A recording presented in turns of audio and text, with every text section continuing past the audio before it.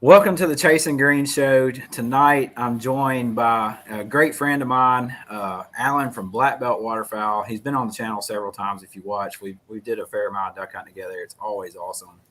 But tonight, we're going to start off by talking about public land duck hunting and specifically how much value you can gain from adding new places to where you duck hunt. Just how much of a game changer that can be. So we're just going to jump right into it. Alan, why don't you start off by telling us about what your hunting was like before you started traveling, where you hunted, what a typical season looked like, how many days you hunted, and what you would encounter in that season.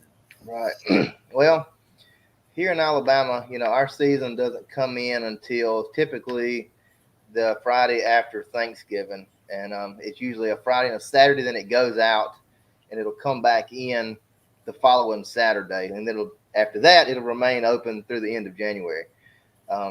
But typically here, before I started traveling, I was just hunting, cypress lakes, swamps, beaver ponds, those type things, and it's 100% wood ducks. You might have an occasional merganser come through there, or if you get a really good cold front, might see a few teal, maybe some gadwall, but I mean that's a rarity. I mean, out of a 60-day season, as far as seeing some gadwall or teal, you might have 5 days of some teal of gadwall, and those aren't consecutive days. Those are like, a day here, you may go 3 weeks and you have a little cool snap and you get a few birds down here, but it's primarily just wood ducks. And that's how I got my start. I went on my first duck hunt when I was 15 years old. Didn't have a clue what I was doing.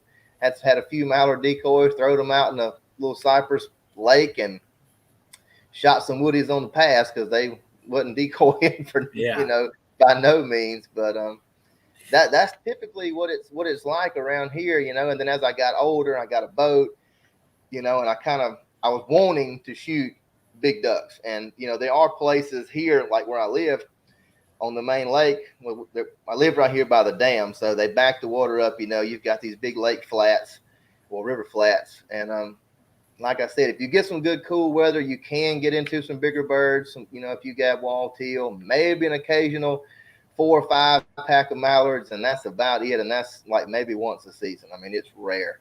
But So if you're gonna shoot big duck, how many days would you hunt in a season?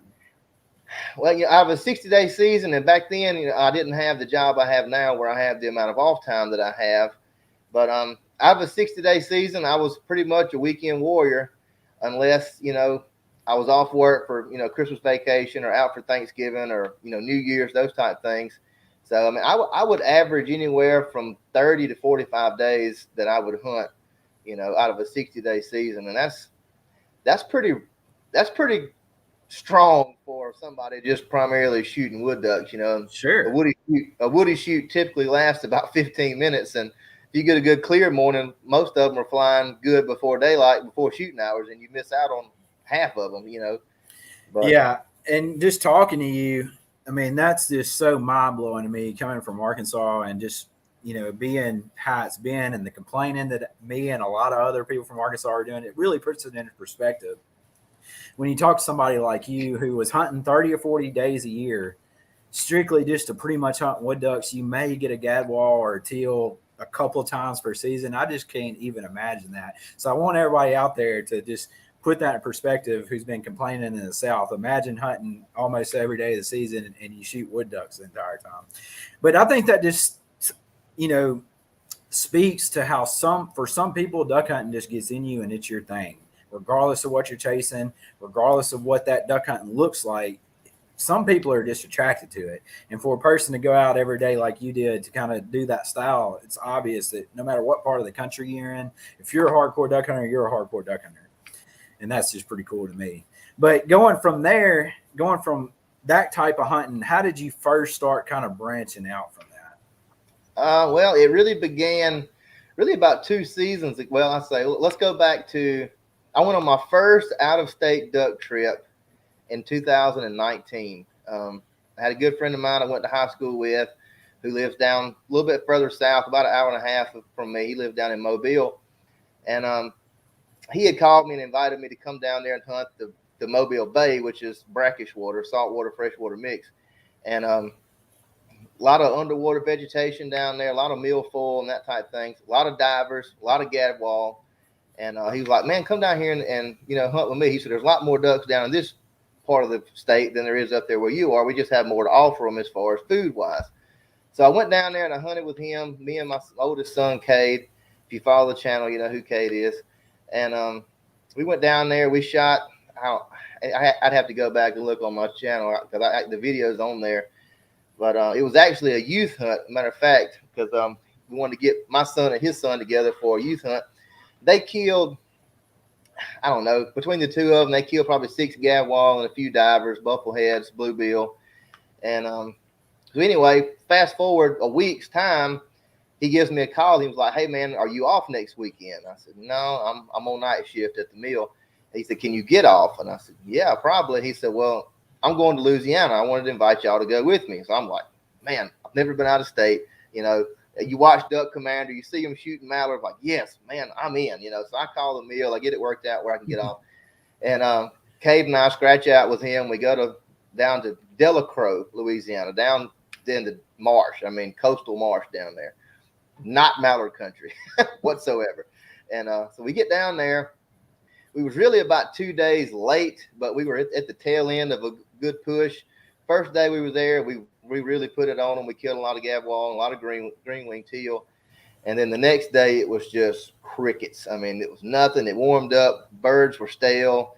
They wasn't flying very much. And mosquitoes were tearing us up. It was like 70 degrees, and it was ridiculous. But that was really my first out-of-state trip. And after that, you know, me and Cade and I were headed home.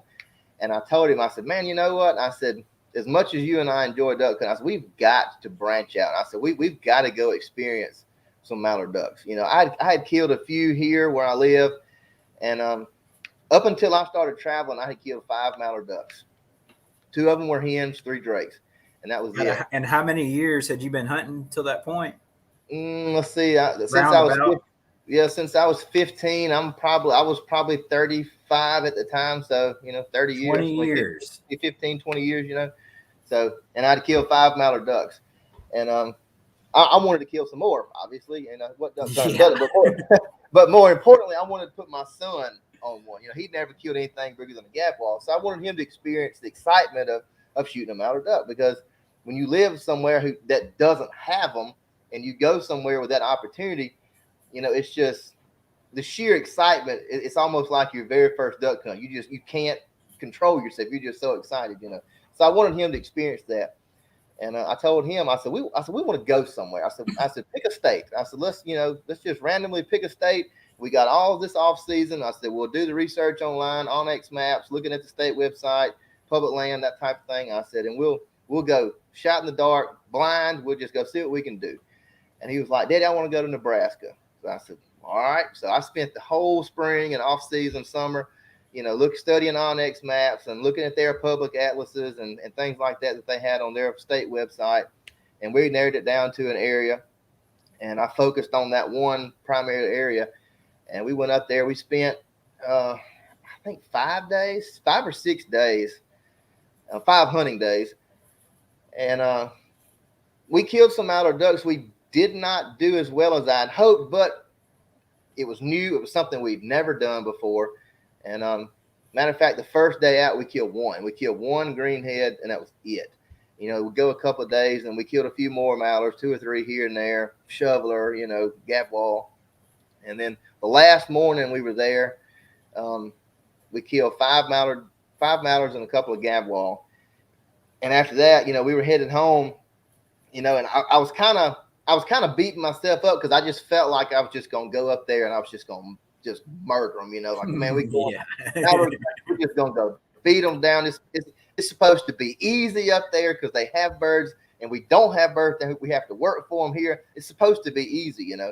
So that was really shooting mallards on public land ain't ever easy. I don't care where you are. But I had never done it, you know, so I didn't really know what I was getting into. And but we were headed home. You know, I was kind of beating myself up because we didn't do as well as I had hoped. And but at the same time, I was like, you know what, man, I drove 16 and a half hours. I came up here on public land that I've never seen before in my life, but I never once got skunked. I killed birds. And so then I was like, you know what? You can do this, man. You can do it. Yeah. Put in the time, put in the effort, do this e-scouting, put some boots on the ground, miles on the truck, and get after it. And I think that's a good point. That if you're branching out to a new spot, we're talking about going to a different state, but it could be in your same county. It could be in Right. your same state. It don't matter. But when you branch out, if you can go and not get skunked every day, that's a good first goal to have. I mean, if you're doing that, if you're on some birds and you're getting a few here and there the first time you ever go, that's a good goal to shoot for, in my opinion. And kind of transitioning for that, off that. Now you came back to that spot that same year, right? To the same Yeah. area. Yeah. About This 3 weeks later, we went back. to the same area, right? Same area. And this is the one of the number one points you need to get if you're thinking about traveling or thinking about adding new spots is that it's all about spending time on an area, learning. The more time you're around it, the more successful you're going to be. I mean, yeah, if you get them on that first time, it's great, but that second, third, fourth, really even towards the 10th time you go, it's going to get better and better. So talk about that second time you went back. So we got home, and I was sitting with my wife about 2 weeks before, and I said, you know what? I said, that trip didn't cost me near as much as I thought it was going to. I said, it actually cost me half of what I had kind of saved up and budgeted. And I told her, I said, I've got 7 days off coming up. I said, I want to go back. I said, but I want to take, because they were out of school, for Thanksgiving and everything.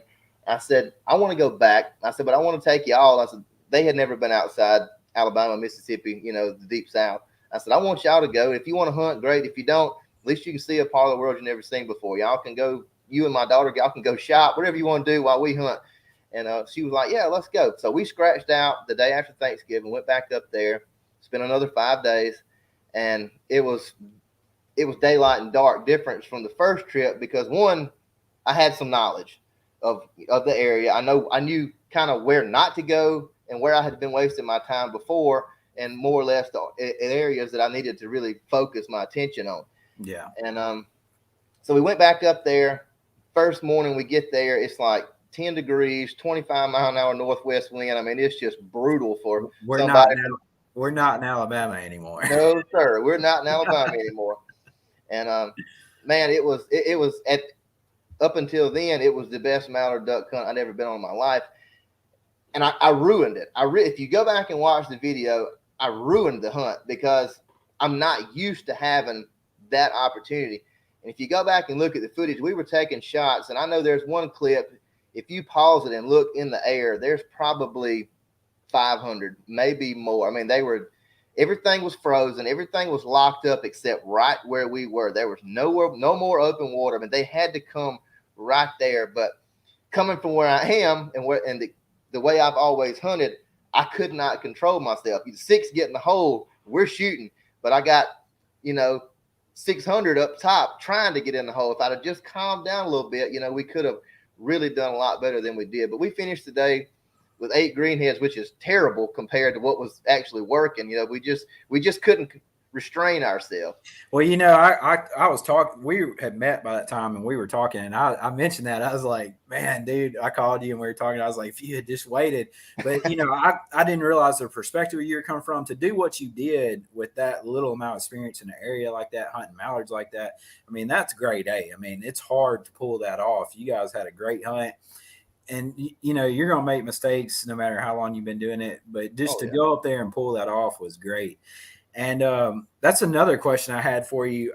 You came to Arkansas, you started hunting with us. Now me and you have took several trips together.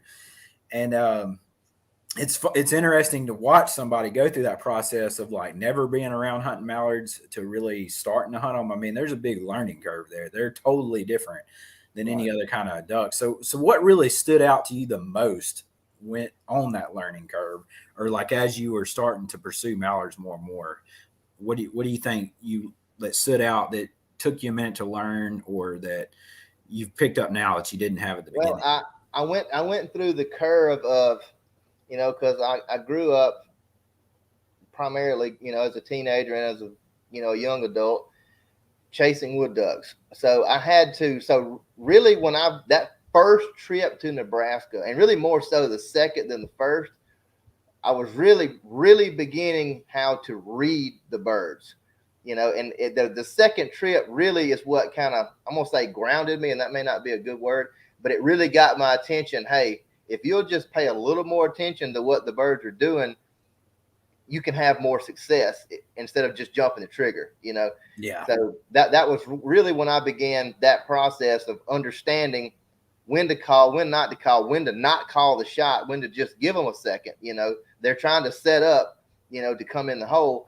And then, I get with you guys, you and Glenn in Arkansas. Well, now we're in the timber, which is a whole nother ball game versus a prairie marsh. So that was the hardest thing for me to learn there was I can't see them.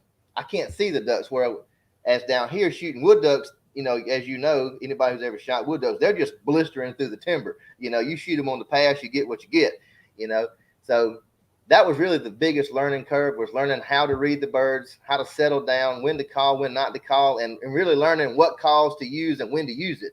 So that was really when I began that process. And, there's an old saying down here in the South, well, at least in Alabama, I can't speak for everywhere else. If you got to toot your own horn, it ain't worth tooting. So I'm not really talking myself up by no means, but I think I've done very well just from that one season, which was in 2020, to this past season in 21. The progression I made as a caller and as reading the birds to where I'm going to continue to grow in the future. So. Sure. Yeah, I'd say so. And being in the game so long definitely helps. I mean, even though it was your first times like hunting mallards and stuff, you had been duck hunting for 25 years. So you were like a vet. You were just not a vet at that type of hunting. And that kind of crossover definitely helps. But I mean, I think for anybody that puts effort and does their homework, that travels like that and goes to where the ducks are, is going to have success. And like I said, this doesn't have to be in another state. I mean, I know a lot of people who just hunt the same public over and over. It's usually the closest one to where they live. If you just go an extra hour outside of that area, you'd be amazed at how much of a difference it can make. And I see you guys are asking a lot of questions, and we just thank everybody who's sitting here with us, hanging out. I'm going to ask him a few more, and then we'll start getting into the audience questions, and we'll take it from there. But I want to stay on this traveling thing just a little bit longer, because it's such a big deal to me. I think it's one of the biggest things that people can do to make themselves more successful is go where the ducks are. I mean, that's the number one key. And you would think that's simple, but you'd be amazed how people really just don't put that into practice. Right. So let's start out with this. A lot of people just are hesitant to travel. Why did it take you so long to start traveling? It really boiled down to financial ability. Up until I started working at the mill, I made good money, but as a dad with a wife and 3 children, that's a pretty good financial load. So when I actually began working at the paper mill where I work now, I went from making average, I guess, wages, and I'm not real sure, but I was making way more. So I had the financial means to really branch out. Otherwise, when prior to that, I'd never even considered it. Not that I probably couldn't have done it, but my finances were a lot tighter, because I didn't make as much as I do now. So, it was a blessing from the Lord that I got that job at the mill, because there's nothing greater in the world than financial freedom. So, you start making more money. Now you can actually begin to, instead of just working to pay bills and make ends meet, well, now you can work and make ends meet, pay bills, and enjoy life. So it was that was really the biggest thing that really got that going with me, was like, what, I can afford it, and then really the second biggest thing that really kind of, I'm not going to say made it easier, but really kind of nudged me a little bit harder, was OnX. Whereas before, I really didn't know where to turn as far as anything out of state other than what you could find on a state website. But, then obviously when you're riding around in your truck, you're trying to look at your phone, flipping through a website and zooming in on a map with your fingers. Whereas OnX, you could just pull it up and bam, it shows your location. It shows you how to get there. You see all the roads, you see all the boundaries for the state and public land. So, that was really a game changer. as far as Onyx branching out. is the best tool you could ever have for if you're going to try to learn new ground. I mean, it's the number one tool that we use, and I couldn't imagine doing it without it. I mean, No. it's been a game changer for learning new public ground. So, what's been the best part about branching out and starting to travel? What's been your favorite part of it? I'm not an old person by no means. I'm 37 years old, but the older I get, I mean, obviously, killing ducks is the icing on the cake. That's the end goal, what you're after. But the older I get, and I guess I'm getting this way because my children are growing up. Kate's fixing to be 16, my daughter's 14. So honestly, my favorite part about duck season, other than the killing the ducks, is going to new places. Whether it's a state I've been to before or an area I've been to before. Because growing up down here in the woods, I live in the timber belt. I mean, the number one industry here is logging and paper mills, and that's pretty much it. So to go somewhere else, like Nebraska, where it's just flat and you can see for miles, and the wind turbines and all that type of stuff. It was just mesmerizing to me. I've never seen anything like that before. I've never been able to see over 300 or 400 yards, so Yeah. you get somewhere where it's just flat and there's hardly no trees. It was just mind blowing, and and even now, even though I've been to Nebraska multiple times, I've been to other states, Louisiana, Mississippi, Arkansas, and even Arkansas, y'all got a lot of woods, but you ain't got the woods we got. It's just different terrain. Yeah. So, it's just taking that in, and that's one of my favorite things about YouTube. It's great to film your hunt and share it with the world, but it's more or less a library of memories, that I've got to look back on and like, man, just look at that prairie sunrise. I mean, you can't, nothing beats it. Everybody takes pictures of a sunrise at the beach, which is beautiful, but nothing beats a sunrise in a prairie marsh to me. Sure. Yeah. What would be the best tip you could give somebody who's just starting out or thinking about traveling? What's the number one thing that would make them successful? I would say the first thing I would do is exactly what I did. I don't know another way to do it other than the way I did it. Pick a state and try to determine, when you're going to go, whether it be late October, November, December, January, whatever it may be. Take into consideration the weather pattern that may or may not be there at that time. If it's late January, you're probably going to be dealing with a lot of ice, snow, So pick a state. That'd be the first thing. Pick the state. Try to decide when you're going to go, and then spend every spare minute of your time doing all the research you can do about that state or about that certain area. And that would be another key thing, is not only pick the state, try to target an area. All right, I'm going to go to this state, and I'm going to the northeast region, or whatever, southeast region, whatever it may be. Pick that area and find and mark and study all of the public land, all the access points, the parking areas, everything. Get as much knowledge as you can possibly get before you ever get in the truck to head up there. That way, when you get there, a lot of your research is already done. Now you're just scouting. You're going, putting eyes on the places you've marked, the places you've looked at.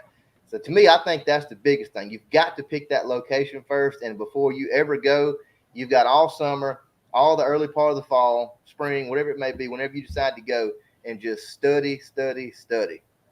Yeah, I agree. I mean, that's definitely the number one thing, which my strategy has changed a little bit. When I first started going to new places and traveling, I say traveling, this, like I said, this could be in your same state, but just going outside of your hunting area, especially on the big trips, though, it used to be like pedal to the metal, 90 and nothing, we're duck hunting. And it's still that way for me, but I got a lot of time now. And if I'm there on an extended stay, it's more of a marathon than a sprint for me. I make sure I enjoy it. I have a good time. When you're scouting from daylight to dark, hunting daylight to dark, it'll wear you down quick. Before you know it, it's a blur and it's over. Right. So now I try to slow down a little bit and make sure I'm enjoying it. And I've learned enough of these places to where I don't have to be so intense. The first few times you pretty much got to be until you learn it, or it's going to take you forever to learn it. But those trips can be awesome when they're kind of hit with a little bit of relaxation, vacation type vibe. Right. You're going to duck hunt, but you're also going to have a good time. That's right. And that'll make it a lot more fun. There's a lot of pressure involved for us with videos and all then, that. And then probably the second thing, to add to that is, depending on where you're coming from and the amount of the volume of birds you're used to typically having, in your local hunting areas, when you get to a place like that, like Nebraska, Arkansas, even for, Arkansas, I know you've never hunted south of Arkansas, to my knowledge, at least as far south as I am anyway.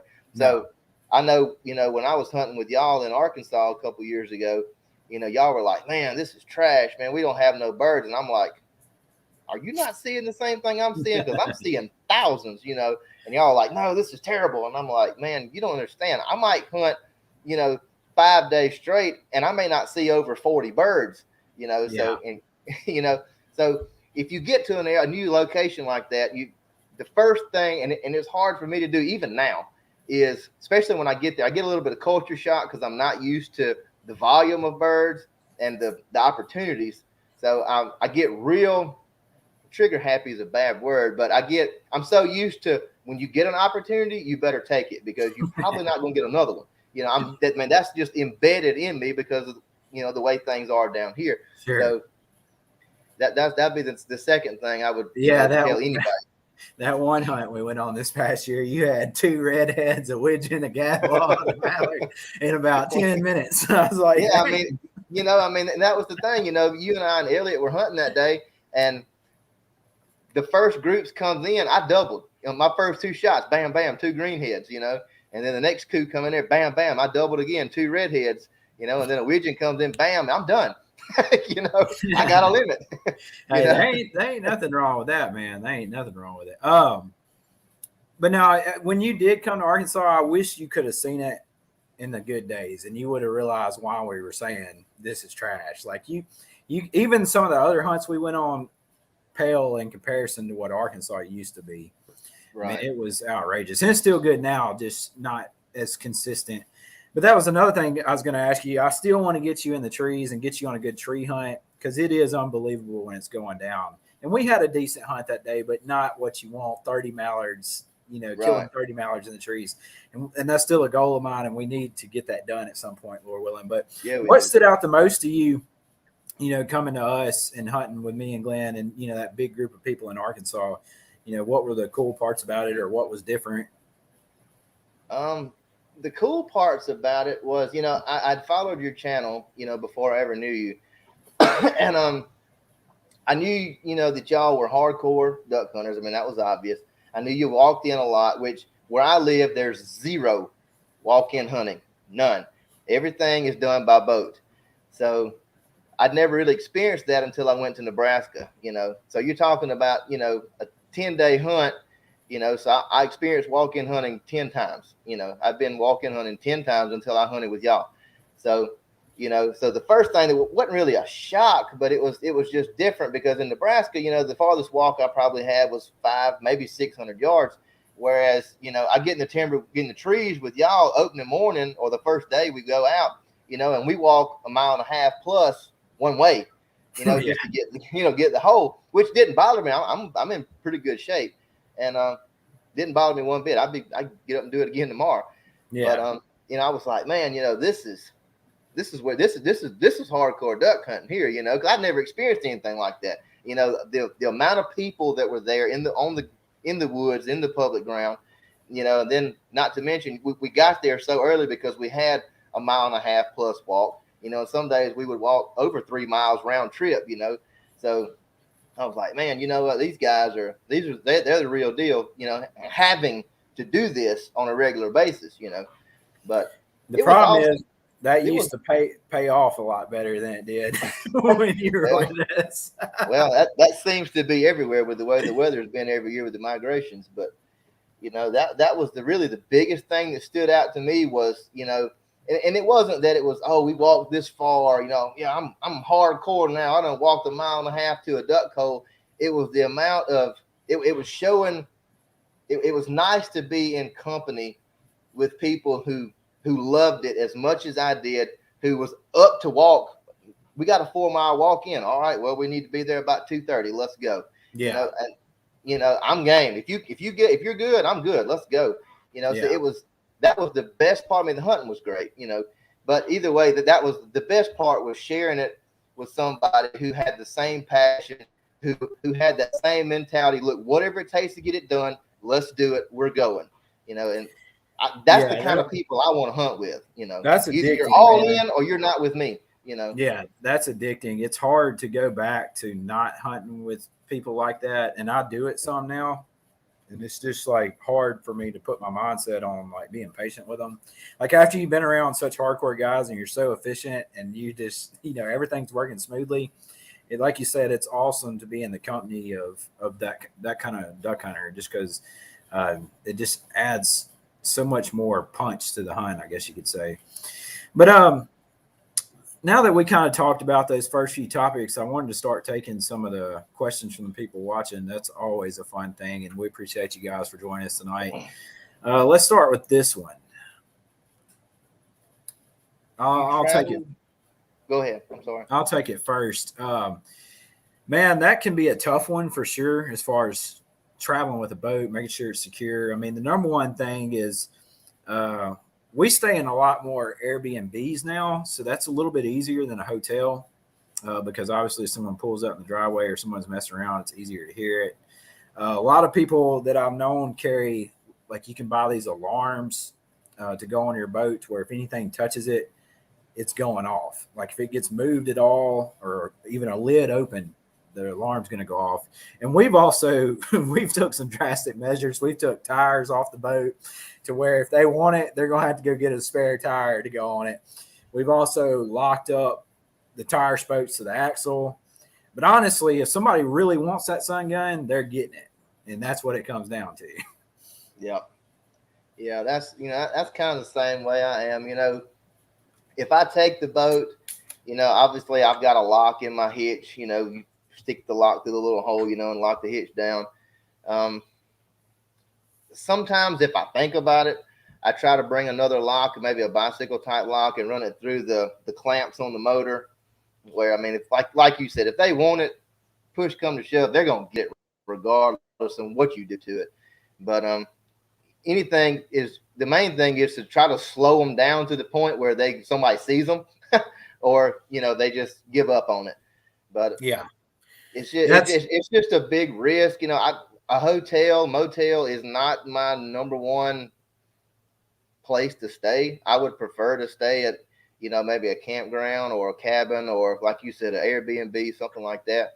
But some places you go, you just don't have that option, mate, whether it be too rural or there is no state park, or if there is a state park, it's, camping or primitive camping. Only you got to have a camper or a tent. And if obviously it's too cold, I'm not sleeping in a tent. So, you may have to stay in a hotel. And, it's really just at that point, you do all you can do.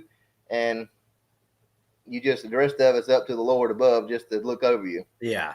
I'd say the number one thing you can do if you're going to travel, get you a good alarm. You can buy them all online because that way you at least might possibly hear it and run out there. And two, put as many locks on as you can, including locking the wheel to the axle. He's going to have to crawl under there with bolt cutters and take a little extra time, which can definitely be done, but it will slow him down a little. What's up, Evan? Thanks for joining us. Me and Alan actually teal hunted with Evan, and I look forward to definitely hunting again. That was a great time.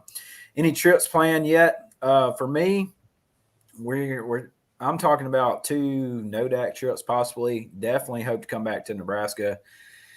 And I don't know other than that. I usually plan mine. I usually don't plan mine, really. I kind of wait till season gets here, look at my funds. Thankfully, I'm blessed to hunt every day. I can just take off when the weather is right for it. So, yeah, I definitely hope to take some trips. What about you, Alan? Yeah, I'm going to take some this year. I'm hoping to at least take a trip in November, another one in December.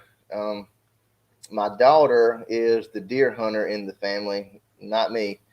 But she asked me this past season, right there towards the end of season, if I would take her out of state on a deer hunt.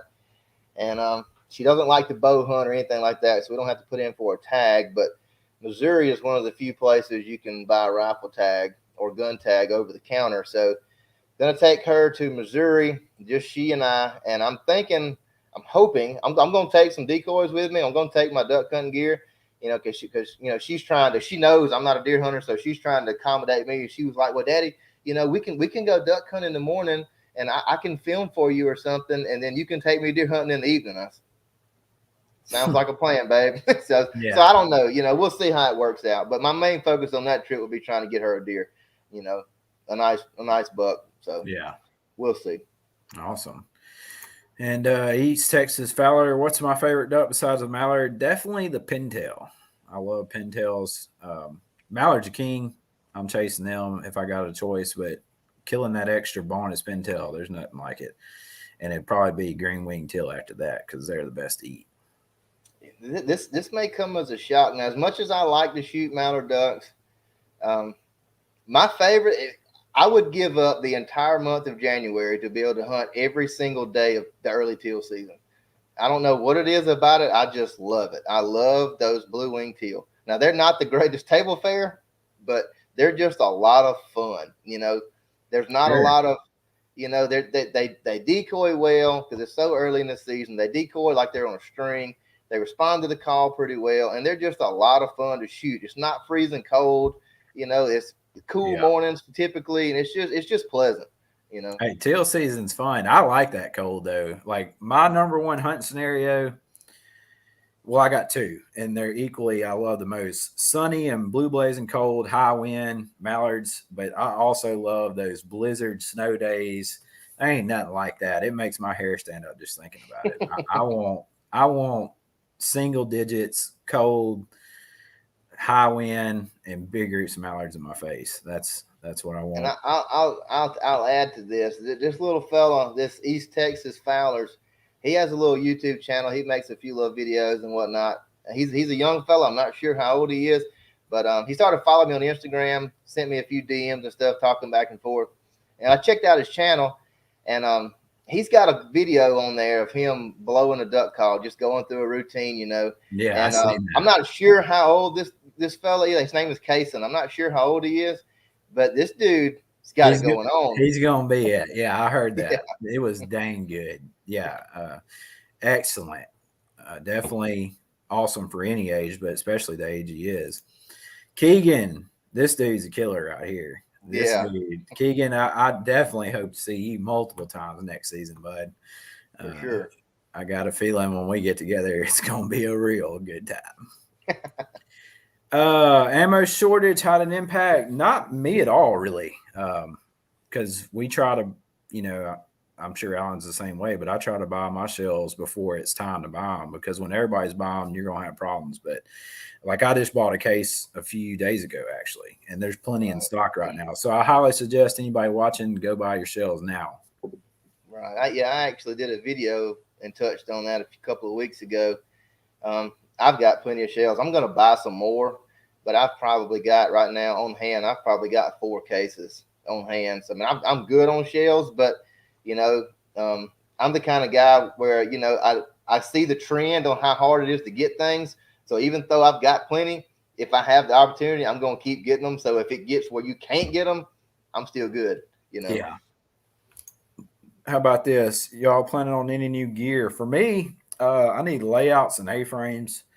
That's the 2 biggest things for me. And I'm not sure. I know what layout I'm getting. I'm getting the Rogers Goose Busters, I think. They're really lightweight. You can roll them up basically into like a sleeping bag roll. Not really any frames in them. Right. We hunted out of them last year, and they were great. I'm not sure on the A-frame. There's a lot of options out there, and they're all expensive. So I may wind up home making something out of like hog wire and fence posts. I'm kind of thinking that would even probably be the lightest way to go. And maybe take like a fence post puncher and take one of the lighter weight one of them with you, and you'd be ready to rock. What about you? I really don't have anything that I say that I need per se. I do want to get, And some of the people who watch my videos are going to be like, "Are you serious?" But I just can't get happy. I'm wanting to get a different backpack, a different blind bag backpack. You know, I know I've probably got, man. I'll have to look around in here. I mean, you can see there's 3 back here, but blind bags. But last year I got the Dr. Duck Fly Zone backpack. I love it. It's a nice bag. It's awesome, but man, it is heavy. I mean, even with nothing in it, I haven't weighed it. I'm going to, but right now I got everything out of it, and I'll bet you it weighs 5 to 7.5 pounds. It is just heavy, and there's nothing in it, but it's got that big, thick rubber bottom in it. And I think that's obviously where the weight's coming from. But I'm kind of leaning towards the banded, arc welded, hard shell backpack. I think it's what it's called. I don't know. I'm kind of looking at that one. I had kind of settled. I thought I was going to get the Rig'em Right bag, but the more research I've done on it, the more I don't like it. I think it's called the Refuge bag or Stump Jumper or something like that.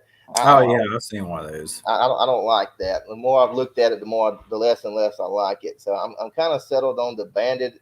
If I do it, I don't know if I'm going to. It's just a want. It's definitely not a need. First problem is I carry way too much crap. I'm that guy that golly, I just broke such and such on the boat. Has anybody got some channel locks? Yeah, I got some. I'm that guy. I got everything you can think of in his blind bag, and that's a big problem. But yeah, I could definitely shed some weight like that. But like I said, it even goes back to just the bag itself. With nothing in it, it's still heavy. And obviously when you're walking hunting, the less weight you got, the better off you are. So I started using that Tangle Free bag last year, which I actually was around you the first time I ever seen one, and Alan was carrying a dozen mallards and a dozen teal in it, so 24 decoys, and I put it on my back and it felt awesome. So it's a slotted bag, but it's what I would call a deluxe backpack slotted bag thing. It's designed to carry on your back.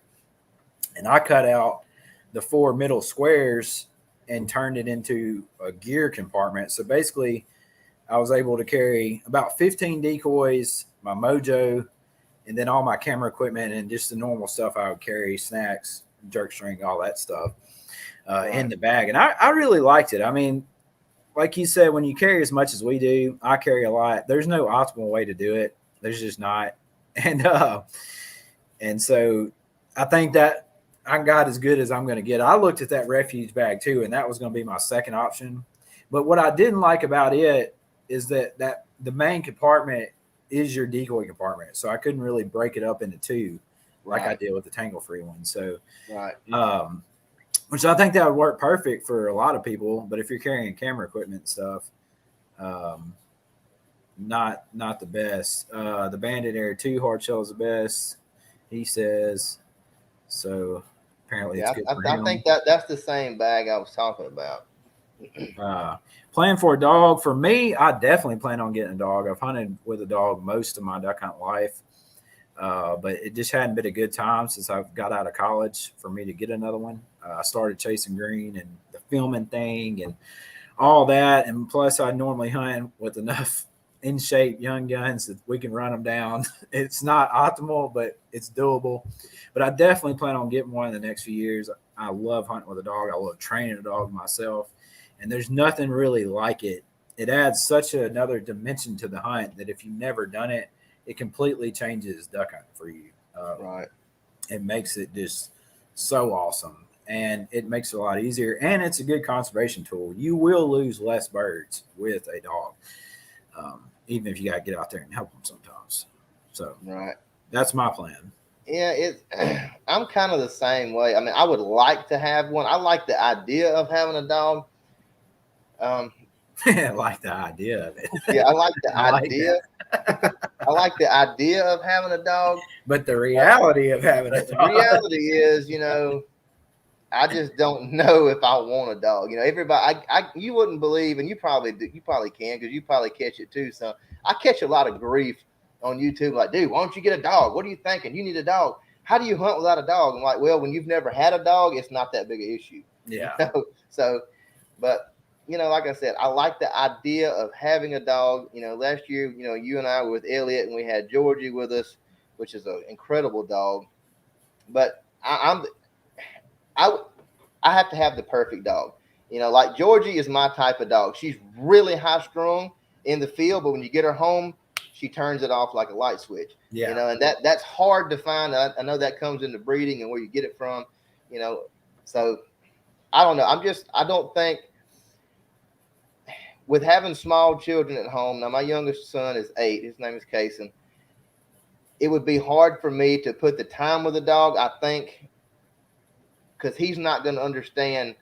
I don't need to play with the dog right now. Daddy is trying to, do some reps, some exercises with the dog. And I think when I get one, or if I get one, I'll probably wait till he's probably 10, 11, 12, maybe a little older, where he understands, look, I don't need to mess with Daddy. I don't need to mess with the dog right now. They're working.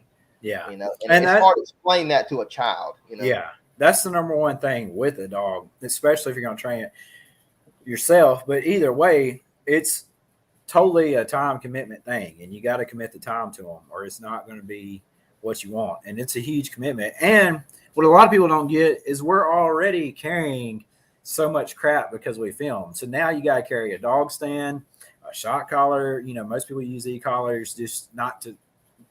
Most of them are good, but you may need to call them off a long retrieve or something. If they're 400 yards out there swimming and they're not going to get it, sometimes you got to call them off. There's just different reasons to have it. But the point is, you got to carry more stuff, and we're already carrying so much stuff. Right. And just like, it just adds another headache to where when you're set up for it, it's great, but it's hard to add it in sometimes. And that's been my case. Right. Doc's Outdoors Unlimited. This one's for you, Alan. Yeah, he's sharing some tips. I appreciate that. I saw it when it popped up in the chat. I took my phone, took a picture of it so I could remember it, because I would not remember it otherwise. There you go. Come on, guys, shoot us some more questions. What else y'all got for us tonight? I saw my buddy Derek was in the chat earlier. I don't know if he's still watching or not. I saw he popped up earlier and said, "What's up, guys?" Derek, glad to have you here. He's a really good friend of mine. He's been battling cancer, so if any of y'all are spiritual people, I would appreciate it as a friend of his. I know he would. Keep him in your prayers for swift recovery, so maybe he can get back in the duck woods this upcoming season. Yeah, no doubt. Speaking of that, that was one of my biggest things I liked about you. I mean, I love our hunting together. I love, the talking. We've become pretty good friends just to have met online. I'd say it's an awesome thing. But the number one thing I like about you is you're a fellow believer. You put your faith in Christ. And talk a little bit about that. What has Christ done in your life? What impact has he made on you to make you such a follower?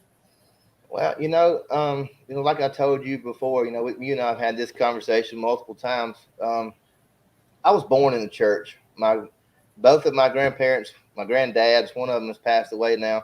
The other one's still here. Both of them were preachers. My dad's dad was a Methodist preacher. My mom's dad is a Baptist preacher. He's still with us. So I was born and raised in the church. So I've always known the story of the death, burial, and resurrection of Jesus Christ, and I've always believed in the faith. But it wasn't honestly until probably 2.5, maybe 3 years ago. I don't know if it was a maturity level thing. I don't know, but it's like just something went off him and was like, "Hey, man, look, you really need to dig in harder into your spiritual life." And I was looking for people to be in the company of that were like-minded, and this is going to sound strange. I have lots of friends, but I don't associate with a lot of friends. I have a very, very small circle. I'm just that type person. So I was looking for somebody who could help me and guide me through my walk. And the Lord ended up putting me in Arkansas with you, which has been awesome, But the one thing I went through, I'm not going to go into any detail for time purposes, but I went through a period about 2.5 years ago, right about the time it really just kind of got on my heart to really dig in and into my dedicate myself better and harder in my spiritual walk. I went through a time there. I'm a very strong person. I'm very strong-willed. I'm very confident. I'm just that type person. I have that mentality that there's nothing I can't do, and you can't tell me I can't do it because I'll show you that I can. I'm just that kind of person. Well, I went through some things, an event during that time that broke me. I mean, broke me down to nothing. I mean, I literally was crushed. And like I said, I was kind of beginning my spiritual walk alone by myself, in my private spare time. And man, like I said, I was broken. I mean, broke down, nothing left. And I was out, not actually in this building. I was next door at my shop, and I do a lot of woodworking. But anyway, I was in there, and I dropped to my knees. I was teared up. I was broke, and I threw my hands up, and I told the Lord, I was praying out loud. I said, I cannot do this. Help me, please. I can't. I've met my match. I can't do this. And unless you've experienced, there's no way to understand it. But instantly, I had this extremely unexplainable wave of just peace come over me that was like, in my mind, said, I got this. You're good. And from that day forward, everything changed for me. And then and that was before I met you. And it was put on in my mind, in my heart. And I know Derek and I have had this discussion before as well. And the first thing, the Lord, I feel like it was from him, because otherwise there was really no reason to. But it was put on me to, one, dedicate myself harder in my spiritual walk, and two, there were people in my life that had to go. They had to. I wasn't going to associate with them anymore. I was done with them. Call it rude, call it ugly, whatever you want to. I wasn't rude. I never was ugly, and still haven't been to this day. But I wrote them off. I'm done with them. I haven't spoke to them since that time, and that was a big thing. I mean, if you've never done anything like that, just walk away from people you've met or your whole life and just turn your back on them cold turkey. That's a hard thing to do, but it's the best thing I ever did. Yeah. I think that's part of it. Those people were pulling me in the wrong direction, because they knew the old me, and I wasn't trying to be that guy anymore. I was done, and you can't do it with those type people. You can't go one way and pretend to be another. You have to say, I'm going turning about face. I'm going this way, and y'all gonna go do your thing, and I'm done. Yeah. And I had to do the same thing, man. That's awesome. I appreciate you sharing that, man. It's awesome to see God moving in somebody's life. There's no doubt. See Christ moving in somebody's life. So I appreciate that. And Doc, we're praying for you, brother. Sorry to hear that, man. I'll definitely keep you in my prayers. Same with you, Derek. Move to. All right, the Dive Bomb midweight jacket. I got a review coming out on that soon. I love it, though. I'll tell you right now, it's epic. It's not like an all the time type thing, but when you need it, it's great. And I should be able to explain all that in the review, but Dive Bomb sent me a fair amount of stuff. I love that the most. I mean, it's a game changer. I plan on getting a couple more somewhere or another, just because it's the best jacket for that purpose that I've ever had. It's a mid layer, but it's also a nice, like, it's a good thing you can wear all the time too, like not hunting. It's a good casual jacket too, but it's windproof. So on those super cold single digit high wind days, you put it on with another thick jacket, and you got 2 layers of windproof, and you're warm, buddy. It's the warmest weight ratio jacket, the lightest, warmest jacket I've ever put on. So be on the lookout for that video. Let's move on to adrenaline. For me, man, I always wanted to film. I don't know why, really, but even since I was 10, 9, 11 years old, I grew up watching Duck Commander and Echo and some of those guys and I grew up. My dad had me duck hunting since I was 2 or 3. Since I could walk, duck hunting is all I wanted to do, like full time, all the time. And for whatever reason, I wanted to film it and share it. I don't know why I had that desire, but I always have. And YouTube turned out to be the perfect thing for that. So I'm just kind of doing what I always wanted to do. And it's morphed into more of that. I really didn't have a solid reason why in the beginning. But now it's to share my faith. Number one, I mean, it's a good platform to reach people. I'm thankful for every follower I got, and I try to be faithful with that. And also teaching new hunters how to hunt and just being able to impact the sport by making hunters better. Hopefully that's my goal anyway. I'm not saying I'm the best at it by no means, and just helping people to be more successful. It's turned into more of a teaching thing, or more of a helping people thing than just look at me shoot ducks thing, which is what it was at the beginning. Right. How about you? It's kind of the same way with me. You know, like I said earlier, I grew up a deer hunter. No one in my family duck hunted at all. Everybody was deer hunters. So until I turned 15 and I actually went with my cousin, which was also his first duck hunting trip, we just decided to go set up on a beaver pond on our hunting club that both of our dads were in, and see if we could shoot some woodies. And then we both fell in love with it. But as far as the filming goes, looking back on my childhood, the best memories that I have, my fondest favorite memories, are the times that I spent in the woods with my dad and the things we did, him teaching me how to read deer trails and how to read deer sign and stand placement and what to look for, what not to look for, and, wind direction, just all the elements, the key factors that go into, a deer hunt, and teaching me how to do that. And then not only that, just being my dad, because my dad in the woods and my dad at home and at work was two different people. My dad was relaxed. He was cool. He was funny. He would cut up, do things funny to make me laugh. We just had a good time. And so Kate and I were duck hunting, and I told him, we were in the blind one day, and I said, you know what? I said, I've got this GoPro that my mom gave me for my birthday for some unknown reason. She just gave me a GoPro. And I was like, we ought to start trying to film this thing. And I was like, it'd be fun to put it on YouTube. So we have a library. We can always go back and, watch this stuff. And I was like, but I don't even know how to do that. And he was like, Dad, I know how to do it. And I was like, this is awesome. So he actually showed me how to upload a video. I didn't even know, know. But, and then, like I said, I started out not knowing nothing about duck hunting. Everything that I know today is self-taught and experience.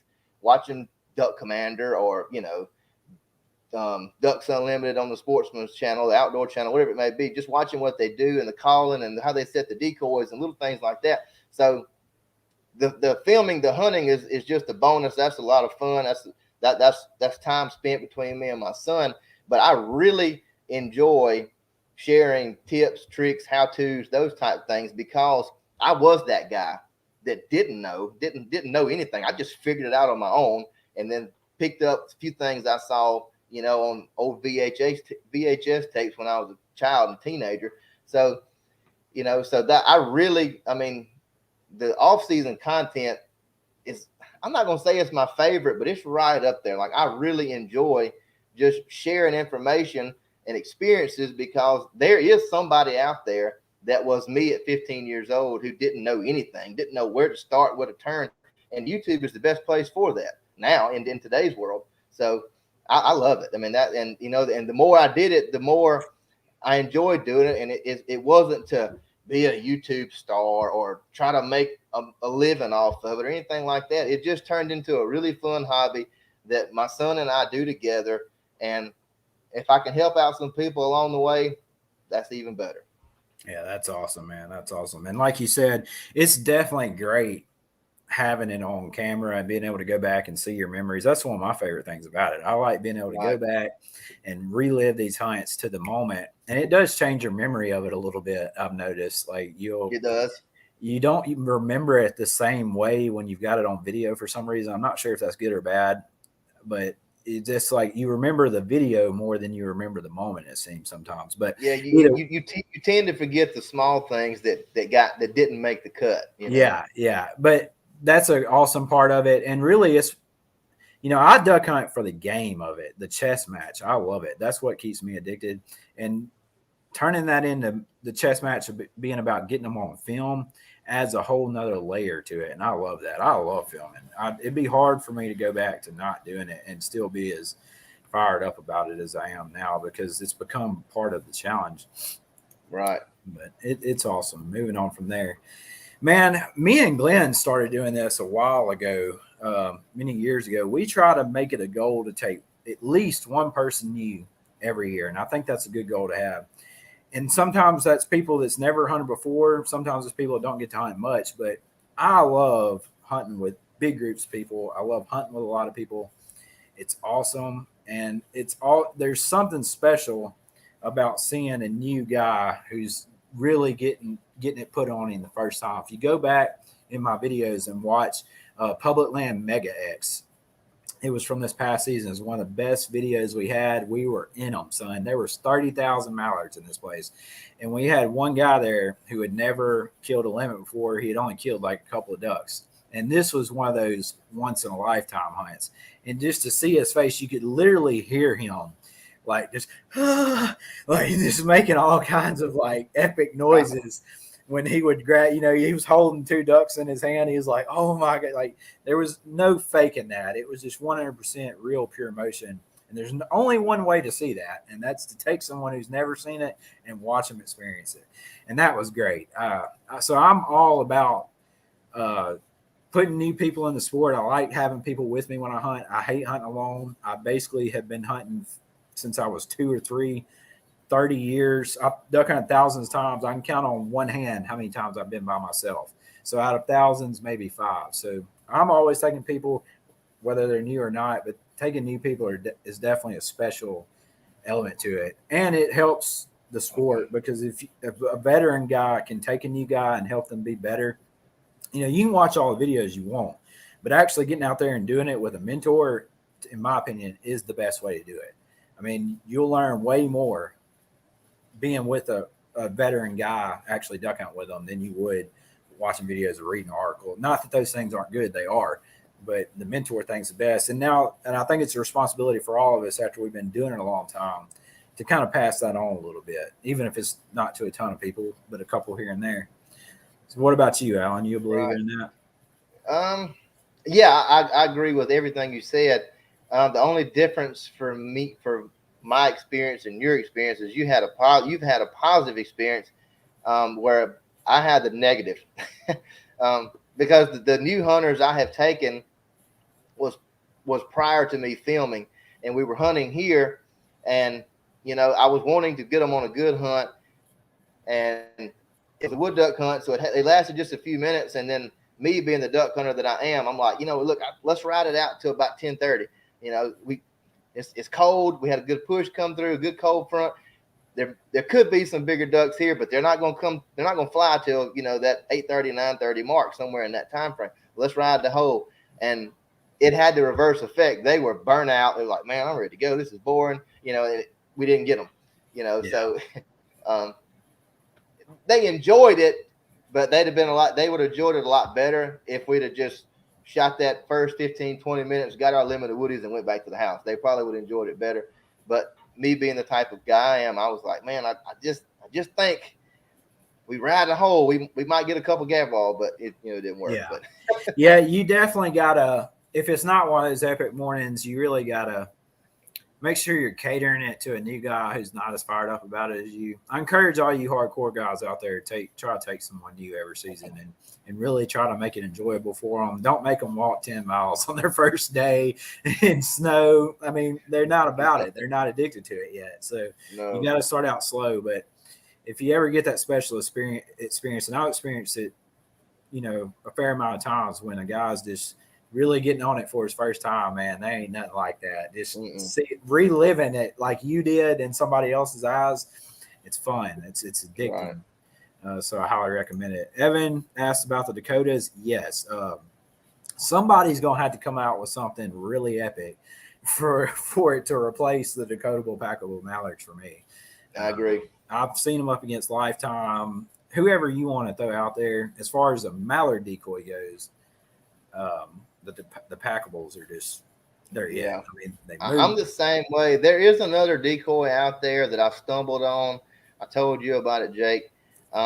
The carving is not as detailed as the Dakota is, but from a lightweight, packable outlook, there's a company, you don't hear much about them. You can find them on Instagram. You can look them up on the internet. They're called gymshoedecoys.com, and they have a packable mallard that's inflatable.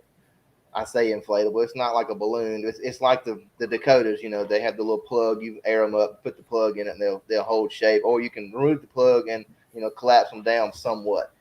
I am interested in them just because they're really the only other one out there like that. So, but I don't have any. But I do want to get some just to kind of see what they're about. Yeah.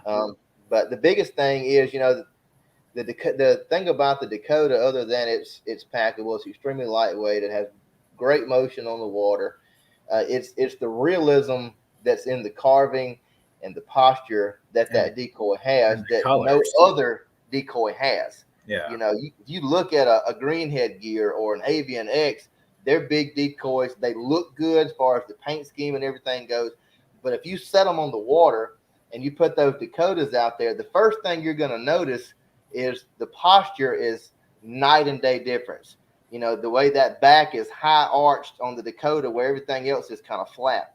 That neck is longer. It's taller. All the rest of them kind of have a tucked down short neck. And the Dakota looks like a mallard duck sitting on the water. Yeah. Versus the Avian X, they look like mallard ducks, but they look more like a decoy than the Dakota does. And that's what sells me to keep going back season after season after season using the Dakota, because it looks like a mallard duck sitting on the water. Yeah, I mean, for the Dakotas, for me, and I would recommend all of you to get the painted heads, not the flocked, unless you plan on reflocking them yourself after every season, because Dakota flocking sucks. But other than that, their weight for carrying in is great, but their weight for movement is the main reason why I use them. They move so well. And me and Alan noticed last year, Dakota's figured out something. Even their hard decoys moved better than the Lifetime and that other brand that we had out there. So even the hard body Dakotas move better than a lot of other ones. They've got something going on with their movement. But I think it's because of the sculpting. They you and I noticed it last year when we were hunting. We had some of my hard body Dakota pintails out there, and they were moving equally as much as the packables were. And then we had a few dive bombs out there that were just steel as they could be. And that particular day I'm talking about, you'll remember it was little to no wind. I mean, it was, light and variable, didn't even really tell you miles per hour. It was just hardly nothing. But those Dakotas, even the hard bodies, they had some lifelike motion to them. Yeah. Even not even on a jerk rig. And I think it's the carving. I just think it's the way they have that high neck and the high back, and the way the air hits it, and the way it has to, go around or travel when it hits that decoy versus a football shaped decoy, which is what typically most of them are shaped like. It has more curvature, more detail to it. I think that may be what sets them apart as far as the motion they get is the way the air has to travel around it when it hits it. Sure, and it may be. That's definitely a good theory. Another couple of reasons why I like Dakota is their color scheme, which I don't really care about so much up close, but from a distance, they're the right amount of white to be bright, but not like cartoon white like Lifetime. They're just perfect to stand out. They're not too gray and they're not too white. They're perfectly in the middle, and they stand out. They shine like new money in a good way. I've seen some decoys that shine that don't look real. So that, and like he was saying, they sit up tall sideways.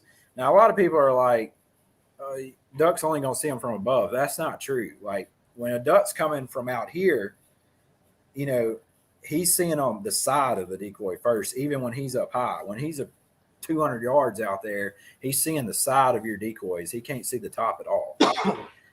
Now, once he's circling over you, he's only seeing the top pretty much. But Dakota sets up way higher than most other decoys. They're not that much wider than other decoys, but they sit up off the water big time. They're tall. And if you ever see ducks sitting on the water from a distance, that's what you see. You see them in the distance sideways. And even when a duck's up in the air, you can look at it on drone. That's until they get right over them. that's what they're seeing too. And the Dakotas are just super visible, in my opinion. And like I said, it would take something epic that I can't even fathom to take me off Dakota Right. Peckerwolves. I've had zero issues with them, none whatsoever. They're not the most durable, I will say that. No. But I hadn't had major issues. A few get a couple holes, but nothing that's not patchable. Let me get to you, Tyler. Um, Man, that's hard to say, dude. If you're just going, it depends on where you're at. I would probably start out going to the state that's closest to you that's supposedly the best.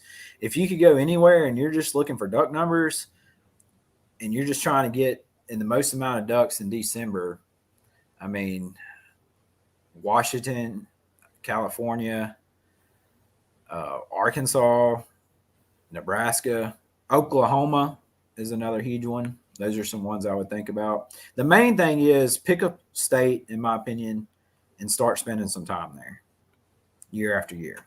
And 3 years from now, you're going to be a bad son gun in that state. And every time you go, if the weather's right, everything lines up, you're going to smack them. What about you, Alan? Yeah, I'm kind of the same way, man. I briefly touched earlier about going to Missouri on a deer hunt this year, taking my daughter. Missouri is a place that is slowly, you know, came into the spotlight, and I've never been there. I've been there a bunch, but I've never duck hunted there. That's a place that it's kind of always been in the back of my mind.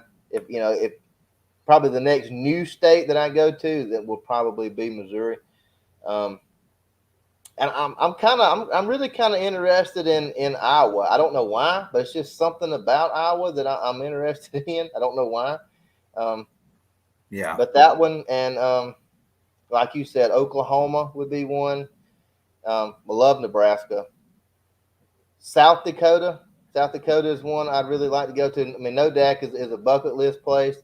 I'm really more interested in South Dakota than I am North Dakota, simply because, like I said earlier, when it comes to traveling, it's the scenery, and the Mount Rushmore and all that type of stuff is over in the Black Hills and all that in South Dakota. So that'd just be something I'd like to, while I was hunting there, like maybe try to hunt around that area, go catch that while I was there.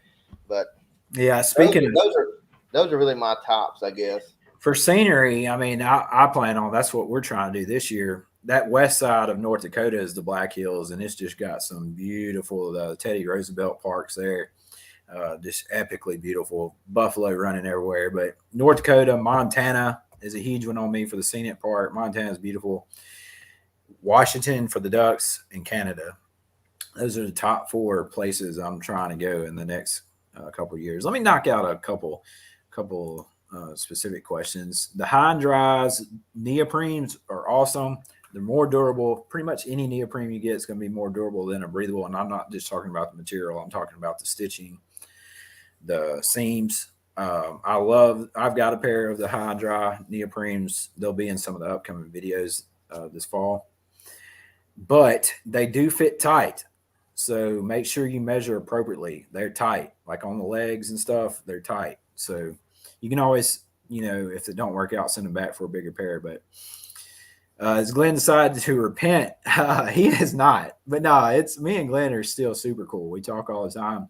We just didn't get a chance to hunt a lot together last year, mainly because I only duck hunted in Arkansas like 10 times, and he really don't travel as much now. He made a couple trips, but we turkey hunted together. We fished together. We still talk on the phone at least once a week. So I'm sure he'll be back at some point for sure. It's just when I'm not real sure.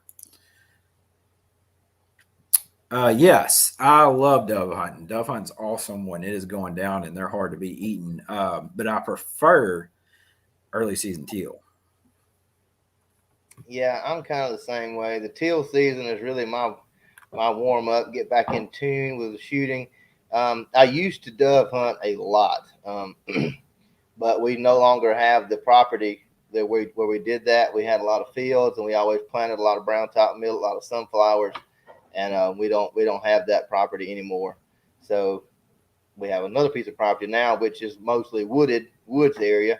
So I really don't have anywhere to shoot dove anymore, and there's no public areas in Alabama to shoot dove like there are in a lot of other states. So the And early season teal is primarily my warm up. I'm not much of a skeet shooter.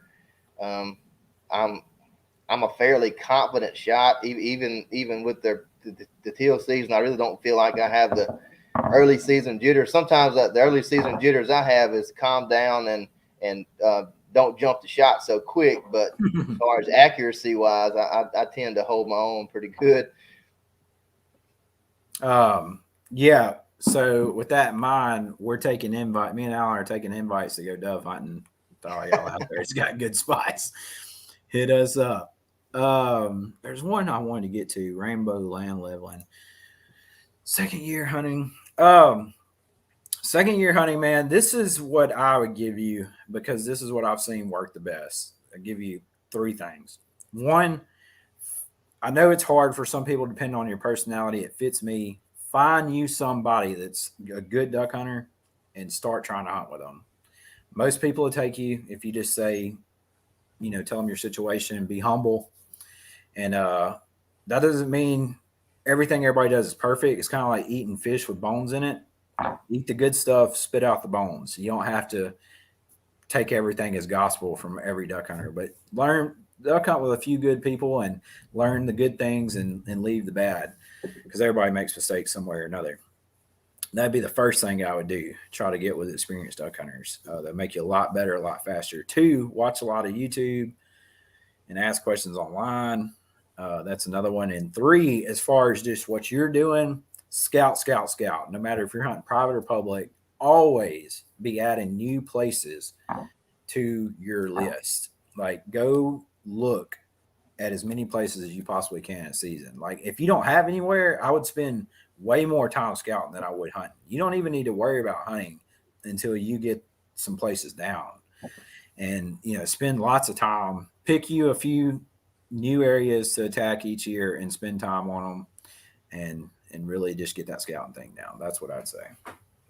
Yeah, I'm kind of the same way. But my biggest tip would be whether you're going at it alone, on your own, or with a friend, don't get discouraged because it's not easy. It's not supposed to be easy.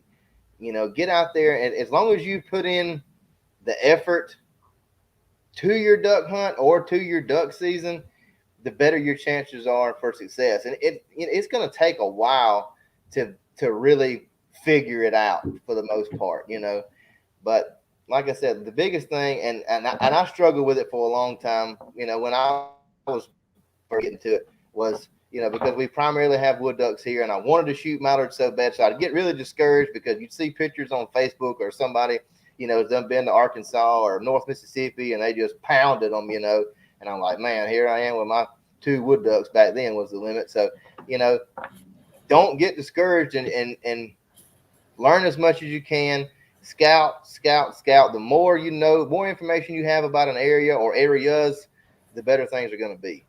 It's just like anything else. The amount of effort you put into it is going to equal the amount of success you're going to have. If you just go out there and, get off on Friday evening, like, yeah, I'm going to go over here to such and such Saturday morning and try to shoot a few ducks, you're probably not going to kill any. Because you just can't wing it all the time.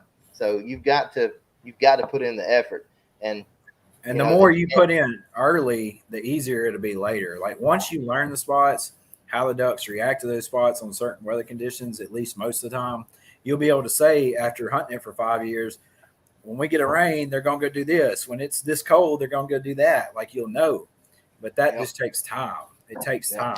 And the more you can put in, the more it's going to pay off later. It's like investing. You're constantly investing. And so at some point down the road, you're going to be a bad son of a gun. But it's going to take a lot of work. Get you a notebook and document everything. Document, if you go scout a new area, take that notebook and write down what was there.